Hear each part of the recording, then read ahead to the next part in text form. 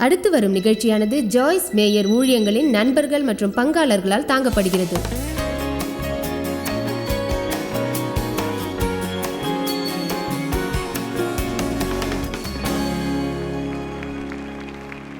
நம் இருதயம் மோசமான நிலைமையில் இருந்தால் போதுமான அளவு நம்மால் நேசிக்க இயலாது. கிறிஸ்தவர்களாகிய நாம் முக்கியமாக தெரிந்து கொள்ள வேண்டிய ஒன்று உண்டு. உன் தேவனாகிய கர்த்தரிடத்தில் உன் முழு இருதயத்தோடும் முழு ஆத்மாவோடும் உன் முழு மனதோடும் அன்பு கூறுவாயாக. இது முதலாம் பிரதான கற்பனை என்று இயேசு கூறினார். உன்னிடத்தில் நீ அன்பு கூறுவது போல பிறரிடத்திலும் அன்பு கூறுவாயாக. இவ்விரண்டு கற்பனைகளிலும் நியாயப்பிரமாணம் முழுமையும் தீர்க்க தரிசனங்களும் அடங்கி இருக்கிறது. நான் தரும் புதிய கற்பனை இதுவே: நான் உங்களிடத்தில் அன்பு கூறுவது போல நீங்களும் ஒருவரிடத்தில் அன்பு கூறுவீர்களானால் நீங்கள் என்னுடைய சீஷர்கள் என்பதை உலகம் அறிந்து கொள்ளட்டும் என்றார். அகிலமெங்கும் அன்பு புரட்சியை செய்யவில்லை என்றால் இவ்வுலகத்தில் புரட்சி செய்யவே நம்மால் இயலாது. இது கூடாத காரியம்.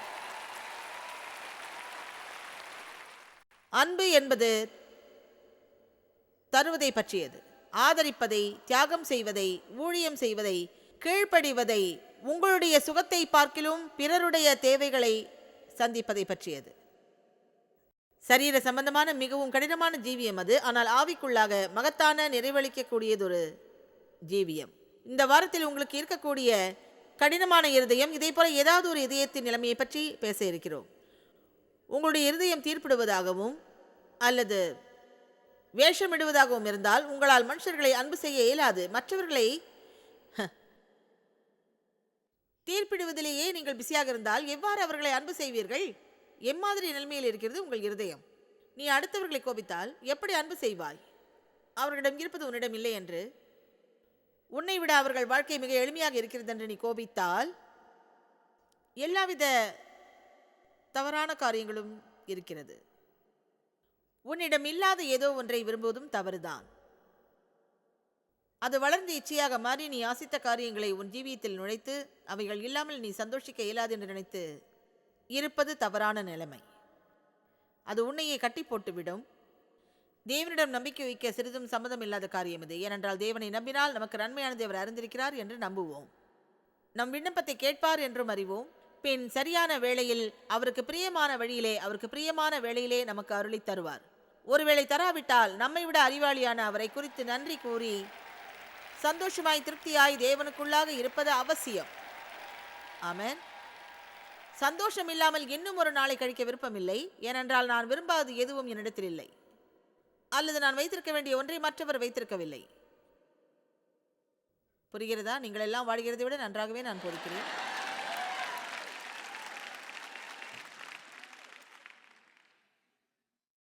உபாகமம் 15:7 உன் தேவனாகிய கர்த்தர் உனக்கு கொடுக்கும் தேசத்தின் எந்த வாசலிலும் உன் சகோதரரில் எளியவனான ஒருவன் இருந்தால், எளியவனாகிய உன் சகோதரனுக்கு உன் இருதயத்தை நீ கடினமாக்காமலும் உன் கையை மூடாமலும் அவனுக்கு உன் கையை தாராளமாய் திறந்து மீண்டும் சொல்கிறேன், உன் கையை தாராளமாய் திறந்து அவனுடைய அவசரத்து நிமித்தம் அவனுக்கு தேவையானதை கடன் கொடுப்பாயாக. நான் உங்களுக்கு சொல்கிறேன், நீ கொடுக்கிற நேரம் என்று வரும்போது, அது சர்ச்சின் காணிக்கையாக ஆகட்டும், அல்லது பிறந்த நாளோ கிறிஸ்துமஸ் அன்பளிப்போ ஆகட்டும், அல்லது ஆஃபீஸில் வேறெங்கேயோ தேவைப்பட்ட ஒருவருக்கு உதவி செய்ய வேண்டியிருக்கும் போதோ நம் இருதயத்தில் சிறிது கடினப்பட்டு போகின்றோம். தேவன் ஆசிக்கும்படியாக நினைக்கும் நன்மையானதை செய்ய விடாமல் இவை தடுத்து போடுகின்றன. தயாள குணத்தை கடினமான இருதயம் தடுத்து போடுகிறது. ஆமென். மேலும் தயாள குணம் வாழ்க்கையிலே ஒரு மனுஷர் கொண்டிருப்பதுதான் மிக அற்புதமானதொரு காரியம். தயாளமுள்ள மனுஷராய் நீ இருப்பாயானால் தேவனால் அதிகமாய் விரும்பப்படுகிறாய். எத்தனை அழகாக இருக்கிறது என்று அவர் நினைக்கிறார். சரியான இருதயத்தோடு நீ கொடுக்கும்போது உன்னுடைய வாழ்க்கையில் வேறு எந்த நேரத்தை விடவும் இந்த நேரத்திலே தேவனை ஒத்திருக்கிறாய். ஏனென்றால் தேவன் உலகத்தை எவ்வளவு நேசித்தார் என்றால் தன் ஒரே பேரான மகனையே தரும் அளவுக்கு அன்பு கூர்ந்தார். ஆலயத்தில் காணிக்கை வேளையில் ஜனங்களுடைய மனசில் நடக்கிற குழப்பங்கள் அனைத்துமே சாத்தானுடையது. மற்றும் ஒரு போதகர் என்னுடைய பணத்தை எல்லாம் எடுத்துக்கொள்வாரோ என்ற எண்ணம் காணிக்கை வேளையிலே வந்து எட்டி பார்க்கும். இவை உன் இருதயத்தை கடினப்படுத்துமாறு சாத்தான் செய்யும் வேலை. வீட்டிலேயே கணக்கை போடு, யாரை நம்பலாம் என்று கண்டுபிடி. மக்களுக்கு உதவ யார் உன் பணத்தை உபயோகிப்பார்கள் என்ற ரெக்கார்டை பார். உன் சர்ச்சில் என்ன நடக்கிறது என்பதை அறிந்து கொள். உதவிக்கரம் நீட்டாத எந்த சர்ச்சுக்கும் உங்கள் பணத்தை தராதீர்கள். ஏழைகளுக்கு உதவ என்ன செய்கிறீர்கள், எங்கே தரப்போகிறீர்கள் என்பதை முடிவு செய்து கொள்ளுங்கள். புண்பட்ட ஜனங்களுக்கு உதவி செய்வதற்கும் என் ஊழியங்கள் அநேகம் உண்டு. எந்த ஒரு சர்ச்சும் ஏதோ ஒரு மூலையில் அமர்ந்து கொண்டு அதற்கே ஊழியம் செய்யலாகாது. வெறுமனே கட்டடத்தில் அமர்ந்து கொண்டு உன்னுடைய ஆலயத்தை வளரச் செய்யலாகாது. ஜன சமூகத்தை நம் கரங்களால் அணைத்துக் கொண்டால் நம் ஆலயம் வளர்ச்சி அடையும். ஆமென். இது உண்மையில் நடந்தது. செயின்ட் லூயிஸில் உள்ள ஒரு ஊரிலே, மிக மோசமான சுற்றுப்புறத்தில் உள்ள அந்த இடத்தில் சர்ச் கட்ட நாங்கள் விரும்பவில்லை. உதவிக்கரம் நீட்டுவதற்கென்றே சர்ச் ஒன்றை நிர்மாணிக்க தீர்மானித்தோம். ஆரம்பத்தில் இருந்தே ஆலயம் எத்தனை பெரிதாக வந்தாலும் கவலையில்லை என்று நான் சொல்லிக் கொண்டிருந்தேன். எனக்கொன்று வித்தியாசமில்லை. வயதானவர்களுக்கு உதவ வேண்டும், புதிதான ஒரு ஜீவியத்தை குழந்தைகளுக்கு தர வேண்டும், அவர்களுக்கு தேவை ஏற்படும் போதெல்லாம் வருவதற்கு ஒரு இடம் வேண்டும். என்ன நடந்தது தெரியுமா? 2-3 வருடத்திலேயே 1000 பேர் அமரக்கூடிய ஒரு சர்ச் உருவாயிற்று. பெரிய ஆலயம் வேண்டும் என்று ஆசிக்கவில்லை, மனிதருக்கு உதவவே ஆசித்தேன். ஜனங்களுக்கு உதவி செய்வதிலேயே பிஸியாக இருப்பீர்களானால் மற்றவை தானே வளரும். கட்டடங்களிலே வெறுமனே அமர்ந்து கொண்டு வார்த்தையிலே கொழுத்து போய் சும்மா இருப்பதை கண்டிப்பாக நிறுத்த வேண்டும். அனைத்துமே உள்ளே வந்து கொண்டும் ஒன்றுமே வெளியேறாமலும் இருந்தால் என்னாகும் தெரியுமா? நீ தேங்கி நிற்பாய். தேங்கி நிறுத்தல் இப்படியாக உன்னை சொல்ல வைக்கும், இங்கு போதுமான அளவுக்கு எனக்கு ஊட்டம் கிடைக்கல.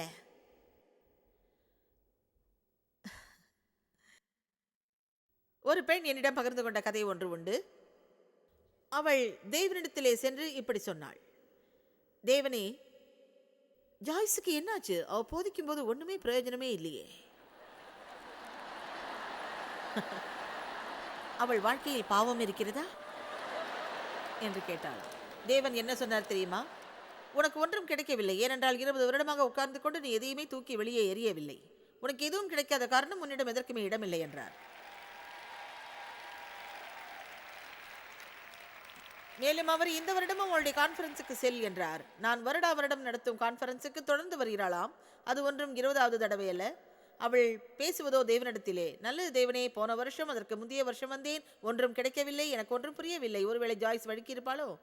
தேவன் சொன்னார், நீ ஆசீர்வாதமாக இருக்க நினைத்து போ, ஆசீர்வாதத்தை பெற்றுக்கொள்ள மட்டும் செல்லாதே. உள்நோக்கி வழிந்து கொண்டே இருந்து வெளியேறாமலேயே இருந்தால் பிறகு தேங்கி நின்று விடும். கிறிஸ்தவன் என்பதற்காக வெறுமனே சென்று ஒவ்வொரு வாரமும் சென்று பெஞ்சில் அமர்ந்து கொண்டு பைபிளில் கலர் அடித்தால் மட்டும் போதாது.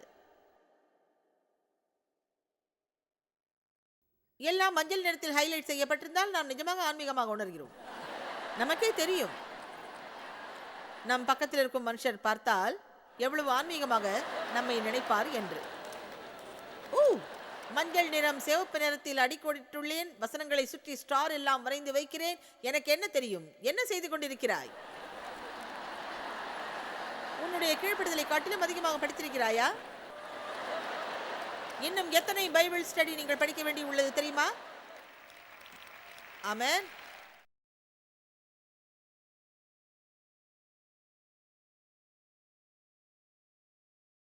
ஆகவே அவர் தேவையிலே இருக்கும் உன் சகோதரனுக்கு உன் இருதயத்தை கடினமாக்காமல் கையை திறந்து தாராளமாக கொடு என்கிறார். ஏதாவது கொடுத்தே ஆக வேண்டும் என்பதற்காக நீ வெறுமனே கையை விட்டு சிறியதான ஒரு காரியத்தை தர வேண்டியது இல்லை. இப்படி நான் சொல்லிக்கொண்டே இருப்பேன்.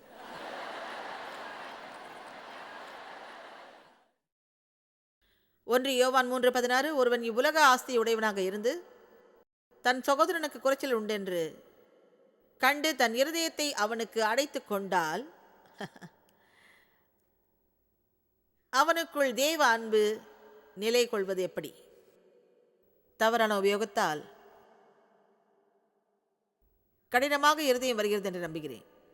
என் குழந்தை பருவத்தில் என் தந்தையால் செக்ஷுவல் அபியூஸ் செய்யப்பட்டு கடின இருதயம் உள்ளவளானேன். மேலும் புண்பட விரும்பாததாக என் இதயம் மிக கடினமாகி வேறு எவரையும் அதில் அனுமதிக்க தயாராயில்லை. மனிதர்கள் தேவனிடத்திலோ மற்ற மனுஷர்களிடத்திலோ இருந்து அடையும் ஏமாற்றங்கள், நம்பிக்கை, எதிர்பார்த்தல், இவைகளால் கடின இருதயம் அடைகிறார்கள். ஏமாற்றம் அடுத்து ஏமாற்றம் அடுத்து ஏமாற்றம். நம் வாழ்க்கையில் மனுஷர்கள் நம்மை ஏமாற்றும் போது ஏற்படும் ஏமாற்றம் தான் மிகப்பெரிய வலியை தருகிறது என்று நினைக்கின்றேன். மனுஷர்கள் செய்வார்கள் என்று துளியும் எதிர்பார்க்காத ஒன்று நடக்கும் போதும், உன்னை ஏமாற்றி நம்பிக்கை துரோகம் செய்து வேதனைப்படுத்தும் போதும் வலிக்கிறது. அவர்களுடைய தேவைகளிலெல்லாம் நீ இருப்பாய், ஆனால் உன் தேவையில் அவர்கள் இருக்க மாட்டார்கள். இந்த மாதிரி காரியங்கள் நம்மை சிதைத்து போட்டுவிடும். ஒரு மனிதன் இப்படியாக இருக்கிறான் என்று நீ நினைத்து வைத்திருக்கும் போது, வேறு விதமாக நீ காணும் போது வேறொன்றை அவர்கள் செய்வது, கணவன் மனைவிக்கு துரோகம் செய்வதும், மனைவி கணவனுக்கும், குழந்தைகள் கூறும் பொய், இப்படி எத்தனையோ, இவை எல்லாமே நம்மை சிதைத்து போட்டுவிடும். நான் கூறுவதை கேளுங்கள். நான் இப்போது கூறப்போவதற்கு செவிமடுங்கள். அது என்னவென்றால், 2-3 பேர் நமக்கு செய்ததை வைத்து அனைவரையுமே நாம் தண்டித்து விடக்கூடாது. அது உண்மையிலேயே சரியானது இல்லை. அது நம்மை உண்மையில் சிறைப்படுத்திவிடும். நாம் மனிதர்களை வெளியே தள்ளும்போது நாம் சிறையில் அடைகிறோம். சம்பந்தமே இல்லாதவர்கள் மேல் வீணாக வருத்தப்படுவது நியாயமில்லாத காரியம். உன் இருதயம் கடினப்பட்டிருக்கும் போது அன்பு செய்ய முடியாது. தேவை மனமுடித்த போது இருதயம் கடினமாக இருந்தேன். ஏற்கனவே திருமணமாகி அங்கே மிகவும் கொடுமைப்பட்டிருந்தேன். அவன் எப்போது பார்த்தாலும் வேலைக்கும் செல்லாமல் திருட்டு செக்க எழுதுவதும், கையில் கிடைத்தது எல்லாம் திருடிக் கொண்டு மற்ற பெண்களோடு ஊர் சுற்றி கொண்டும் இருந்தான். ஏற்கனவே 18 வருடம் சீரழிக்கப்பட்டிருந்ததால் தேவி என்னை மனமுடித்த போது அவர் ரட்சிக்கப்பட்டும் ஆவியால் ஞானஸ்நானம் பெற்றிருந்ததும் நன்மையாக இருந்தது. தேவனே, உதவியை பெற ஆசிக்கும் ஒருவரை தாரும் என்றே தேவனிடத்தில் வேண்டி மனைவியை பெற ஆசித்தார். நீங்கள் எப்படி ஜெபிக்கிறீர்கள் என்று கவனமாயிருங்கள். ஏனென்றால் கடின இருதயம் கொண்டிருந்தேன். கடின இருதயத்தோடு அன்பு செய்வது இயலாது. உங்களுக்கு புரிகிறதா? உன் இருதயம் கடினப்பட்டிருக்கும் போது அன்பை முழுமையாக ஏற்றுக்கொள்ள தெரியாது. உன்னை பாதுகாப்பாக நினைப்பாய், ஆனால் அது உண்மை இல்லை. உன்னை புண்படுத்துவதோடு மேலும் மேலும் அடுத்தவர்களையும் புண்படுத்தி வருகிறாய். தேவனே, என்னை ஆசீர்வதியும், மேலும் என்னை புண்படாமல் பாரும் என்று ஜெபிக்கிறாய். ஆனால் நீ ஏற்கனவே புண்பட்டிருப்பாய். நீயோ ஒருவர் உன்னை கைவிட்டது வேலை செய்யவில்லை என்று அனைவரையும் குறித்து சந்தேகப்படுகிறாய். கிறிஸ்தவத்தின் அடித்தளமே நம்பிக்கைதான். தேவனில் நம்பிக்கை வைக்கும் போதுதான் எல்லாம் ஆரம்பமாகிறது. ஆக தேவனை நேசிப்பதால் தேவன் மேல் நம்பிக்கை வைக்கிறேன், மனுஷன் மேல் நம்பிக்கை கொள்ள மாட்டேன் என்று நீங்கள் சொல்ல இயலாது. ஏனென்றால் அம்மாதிரி வேலை செய்யாத காரியம் இது. தேவன் நமக்கு கொடுக்கும் எல்லாமே நிரம்பி வழிந்து மற்ற மனிதருக்கும் போக வேண்டும் என்று ஆசிக்கிறார். அந்த விதம் மட்டுமே சரியானதாக இருக்கும். ஆகையால் நீங்கள் உங்கள் கடந்த கால வாழ்க்கையில் என்னதான் நடந்திருந்தாலும் கடினமான இருதயம் கொண்டிருக்கப் போவதில்லை என்ற மனதளவில் ஒரு முடிவெடுங்கள். எல்லோருமே உங்களை அமுக்க பார்க்கிறார்கள் என்ற வீணாக சந்தேகப்பட தேவையில்லை. மற்றவர் என்ன செய்ய போகிறார்கள் என்பதே உனக்கு தெரியாது. நீ புண்படலாம், அப்படி ஒன்றும் நடக்காது என்று நான் சொல்ல மாட்டேன். நல்ல செய்தி என்னவென்றால், சுகப்படுத்துகிறவர் உன்னுள் வசிக்கிறார். ஆகையால் நீ நம்பிக்கை இல்லாமல் விடப்போவதில்லை. உலகத்திலே புண்பட்டு சுகப்படுத்த ஆள் தெரியாமல் இருக்கும் ஜனங்களை நினைத்துதான் எனக்கு கவலை. புண்படும் அந்த நொடியே நம்மை தேற்றுபவரிடம் ஓடிவிடலாம். இயேசு கூறினார், நான் செய்வது நல்லதே, ஏனென்றால் தேற்றரவாளரை உங்களுக்கு அனுப்பி வைப்பேன். நம் தேற்றுபவரை நம் உள்ளத்திலேயே வாசம் செய்யுமாறு வைத்திருக்கிறோம். அவர்தான் தேற்றரவாளர். ஆம், என் ஆத்மாவில் கடினப்பட்டிருப்பதால் கடினம் என்னும் சிறையிலே வாழ்ந்து கொண்டு நிறைந்த சீற்றத்தோடு சுற்றி கொண்டும் அனைவரையும் அவமதித்துக் கொண்டும் நான் இருக்கப் போவதில்லை. கண்ணீர் விடும் காரியம் என்றால் என்ன? மனிதர்கள் கண்ணீர் சிந்துகிறார்கள் என்றால் அவர்கள் ஒன்று மிருதுவான இதயத்தோடு இருப்பதில்லை. நீ அழாவிட்டால் உன் இதயம் மிருதுவா இல்லை என்றாகுமா? கட்டாயம் ஒன்றும் இல்லை. நான் ஈஸியாக அழமாட்டேன். இப்போதுதான் அப்படி. முன்பெல்லாம் அதிகம் அழுவேன், பாம்பை போல. ஆகவே ஆமென். என் வாழ்க்கை மாற்றமடைந்த போது என் ஹார்மோன்கள் அனைத்தும் திசை மாறி போய்விட்டதால் என்னால் இப்போது அழ முடியவில்லை என்று நினைக்கின்றேன். உங்களில் சிலர் நன்றாக அழக்கூடும். எனக்கு ஏன் என்று தெரியவில்லை. எனக்கு எல்லாமே தலைகீழாகிவிட்டது. மிருதுவான இருதயம் கண்ணீரோடு சம்பந்தப்பட்டது என்பது அவசியம் இல்லாதது. மிருதுவான இருதயம் என்பது மற்றவர்களுக்கு என்ன மாதிரியான உதவி செய்ய போகிறீர்கள் என்பதோடு சம்பந்தப்பட்டதுதான். ஆமென். இயேசு மனம் இறங்கினார். அவர் நிஜமாகவே அழுதாலும் அழுவதோடு மட்டும் நிறுத்தவில்லை. ஆனால் அவரோ மனம் இறங்கினார். நாமும் அதை போலத்தான் அசைய வேண்டும். நமது சர்ச்சும் அசைவது அவசியம். இந்த வாரம் உங்களை அசைய வைக்க ஆசைப்படுகின்றேன். அன்பு சகோதரிகளே, நான் உங்களுக்கு இரட்டை சவால் விடுகிறேன். இந்த வருடம் பெண்கள் கூட்டத்துக்கு வாருங்கள். வாருங்கள். நான் தனிமையில் புரட்சியை தொடங்க இயலாது. எனக்கு உதவி தேவை. வேதமோ இளகிய மனதை குறித்து அதிகமாக பேசுகிறது. மேலும் மேலும் மேலும் இளகிய மனதாயிரு, இளகிய மனதாயிரு என்கிறது. மேலும் ஏசாயா 53 இயேசுவை குறித்து இளங்கிளையை போல தேவனுக்கு முன்பாக எழும்புகிறார் என்கிறது. எத்தனை இனிமையானது இது என்று நினைக்கிறேன். சப்பாத்தி கள்ளியாக இல்லை, நிலத்திலிருந்து துளிர்க்கிற தளிரை போல் உள்ளது. சப்பாத்தி கள்ளி கிறிஸ்தவனாய் இராதே. நீங்கள் குத்தி காட்டும் குணநலனை கொண்டிருக்காதீர்கள். ஆகையால் இந்த கடின இருதயத்தை கொஞ்சம் கவனத்தோடு பார்த்து கொள்ளப் போகிறோம். யாராவது ஆமேன் என்று சொல்லக்கூடுமா? நாம் பார்க்க போகும் இரண்டாவது வகை துன்மார்க்க அவநம்பிக்கையுள்ள இருதயம். இப்பொழுது உங்களுக்கு தெரியுமா, துன்மார்க்கம் என்ற பகுதியை விட்டு விடுகிறேன். வேதத்தில் இருக்கிறது. அனுகூல விஷயம் என்னவென்றால், என்மேல் கோவப்படாதீர்கள், ஆவியானவரே இதை கூறினார். அவநம்பிக்கை உள்ள இருதயத்தை தேவன் துன்மார்க்க இருதயமாக காண்கிறார். ஏனென்றால் நாம் நம்பிக்கை கொள்ள வேண்டும் என்று ஆசிக்கிறார். அவரிடமாய் வருகின்றவர்கள் அவரிடத்தில் நம்பிக்கை கொள்ள வேண்டும். எபிரேயர் 11:6 விசுவாசம் இல்லாமல் தேவனுக்கு பிரியமாய் இருப்பது கூடாத காரியம். ஏனென்றால் தேவனிடத்தில் சேருகிறவன் அவர் உண்டென்றும் அவர் தம்மை தேடுகிறவர்களுக்கு பலன் அளிக்கிறவர் என்றும் விசுவாசிக்க வேண்டும். ஆகையால் நாம் சிலவற்றில் நம்பிக்கை கொள்ள வேண்டும். நன்மையானவை சிலதில் நாம் நம்பிக்கை கொள்வோம். தேவன் நன்மையானவர் என்று நம்பிக்கை கொள்வோம். நம்முடைய முயற்சிகளுக்கு பலன் தருவார் என்று நம்பிக்கை வைப்போம். தேவ வார்த்தையை கடைபிடித்தால் நமக்கு கிடைக்கக்கூடிய வெகுமானத்தை நம்மிடமிருந்து பிடுங்கிக் கொள்ளக்கூடிய எவ்வகையான சாத்தானும் நரகத்தில் இல்லை என்று நம்புவோம். நம்பிக்கை கொள்ள ஆரம்பிப்போம். சந்தேகத்துக்குள் விழுந்திருந்தால் நாம் நம்பிக்கைக்கு திரும்பி வருவோம்.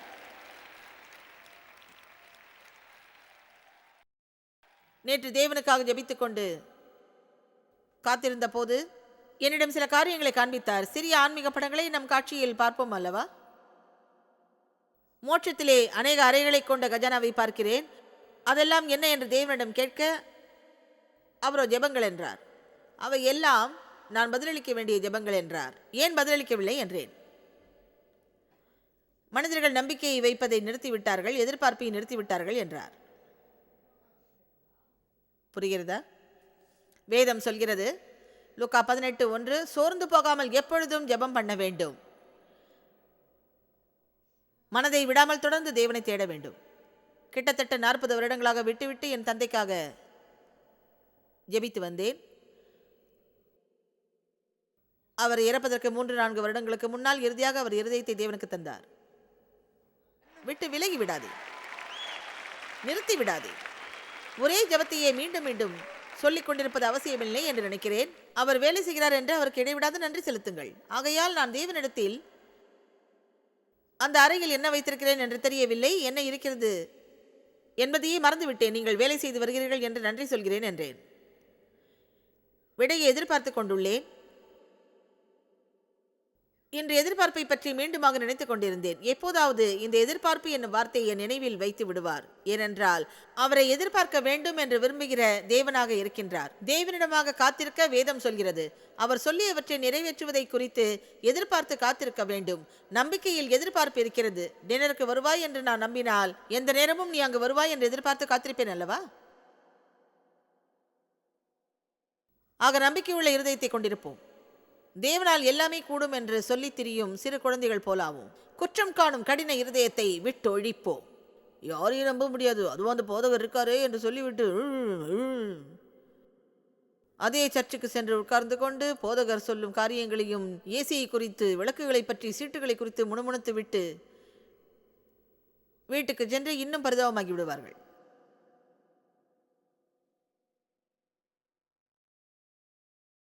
எத்தனை அதிகம் நம்பிக்கை கொள்கிறாயோ அந்த அளவு உன் இருதயம் இழகும் என்று நினைக்கிறேன்.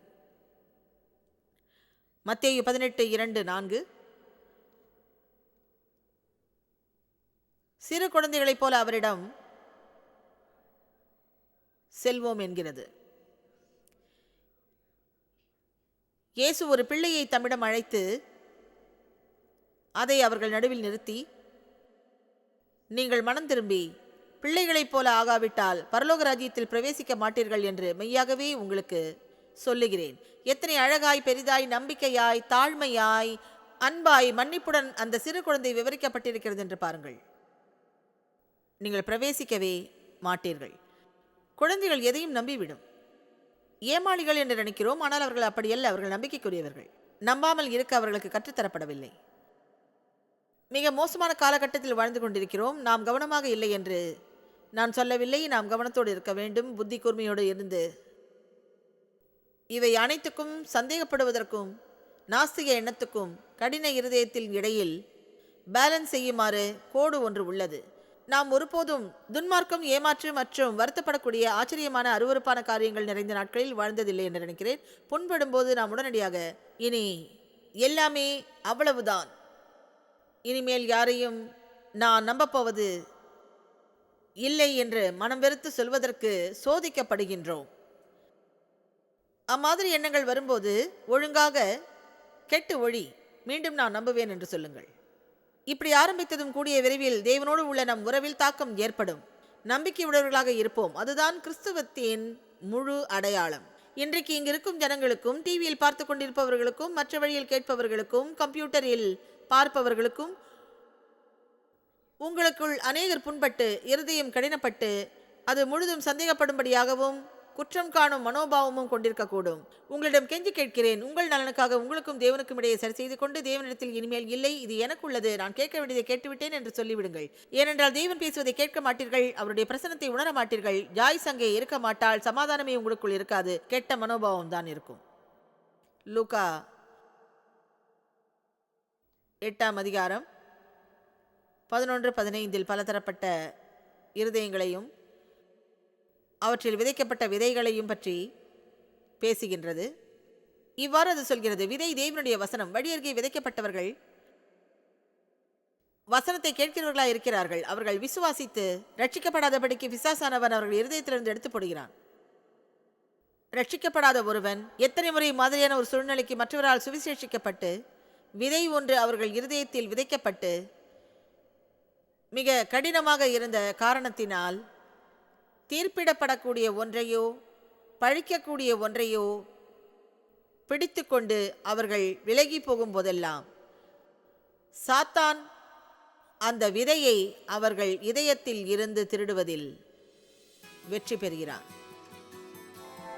உங்களுக்கு புரியாத ஒன்றை குறித்து தீர்ப்பிடாதீர்கள், உங்களுக்கு நன்மையா போகும். பங்காளர்களுக்கும் எங்களது நன்றியையும் பாராட்டுகளையும் தெரிவிக்கிறோம். ஒன்றாய் இணைந்து நாம் பசியுள்ளவர்களை போஷித்து உடைகளை கொடுத்து தேசங்களுக்கு சுவிசேஷத்தை சொல்லி வருகிறோம். எங்களை தொடர்பு கொண்டு உங்கள் ஜெப தேவைகள் மற்றும் எங்களின் வெளியீடுகள் பற்றி அறிந்து ஜாய்ஸ் அவர்கள் நிகழ்ச்சிகளை அறிந்து எங்களோடு இணைந்து தேவ அன்பை உலகிற்கு பரவச் செய்யுங்கள். அடுத்து வரும் நிகழ்ச்சியானது ஜாய்ஸ் மேயர் ஊழியங்களின் நண்பர்கள் மற்றும் பங்காளர்களால் தாங்கப்படுகிறது.